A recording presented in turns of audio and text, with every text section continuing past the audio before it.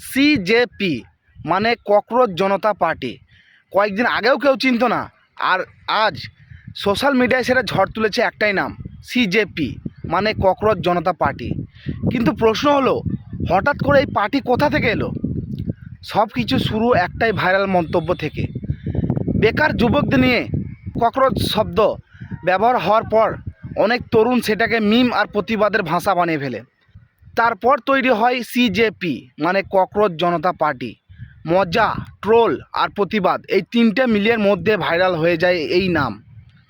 Instagram, Facebook আর Twitter সব জায়গায় শুধু একটাই আলোচনা, মে ভি ককরোচ হুঁ। অনেকেই এটাকে শুধু মিম বলছে, আবার অনেকেই বলছে এটা আসলে যুবক সমাজের রাগ আর হতাশার প্রতীক। কিন্তু একটা জিনিস মানতেই হবে, সোশ্যাল মিডিয়ায় যুগে এই একটা মিম কিভাবে পুরো দেশকে আলোড়িত করতে পারে, সিজেপি তার বড় উদাহরণ।